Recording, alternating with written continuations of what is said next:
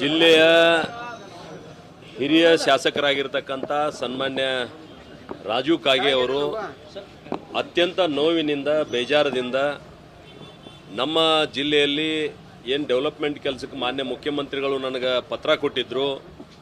ಕಳೆದ 2 ವರ್ಷಗಳಿಂದ ಅವನು ಪ್ರಾರಂಭ ಮಾಡ್ತಾ ಇಲ್ಲ. ಹೀಗಾಗಿ ನನ್ನ ಮನಸ್ಸಿಗೆ ಬೇಜಾರಾಗ್ಯದ.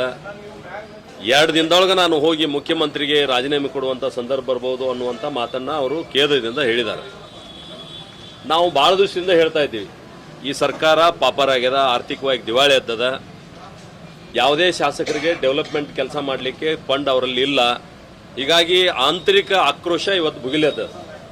ಇತ್ತೀಚೆಗೆ BR ಪಾಟೀಲ್ ಅವರು ಕೂಡ ಹೇಳಿಕೆಯನ್ನು ಕೊಟ್ಟಿದ್ದಾರೆ, ಮನಿ ಇದ್ರೆ ಮಾತ್ರ ಮನೆ ಅನ್ನುವಂಥದ್ದು, ಅಂದರೆ ಯಾರಿಗೆ ಹಣ ಕೊಟ್ಟರೆ ಮಾತ್ರ ಮನಿ ಸಿಗ್ತಾವ ಅನ್ನುವಂಥದ್ದು ಅವ್ರು ಹೇಳಿದ್ದಾರೆ.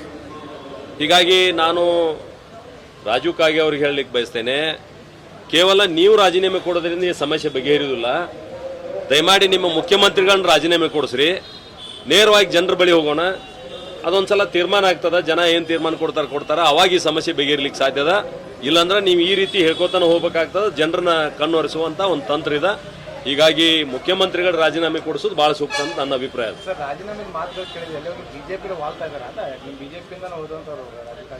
ಅಲ್ಲ ನೋಡ್ರಿ, BJP ಸರ್ಕಾರ ಇದ್ದಾಗ ನಮ್ಮಲ್ಲಿ ಇದ್ರು, ಅವರು MLA ಇದ್ರು, ಅವಾಗ ಎಷ್ಟು ಕೆಲಸ ತಗೊಂಡದ ಅವ್ರಿಗೆ ಗೊತ್ತದ. ಹೀಗಾಗಿ ವಾಪಸ್ ಬಂದ್ರೂ ನಾವು ಸ್ವಾಗತ ಮಾಡ್ತೀವಿ, ಏನು ತಪ್ಪಿಲ್ಲ.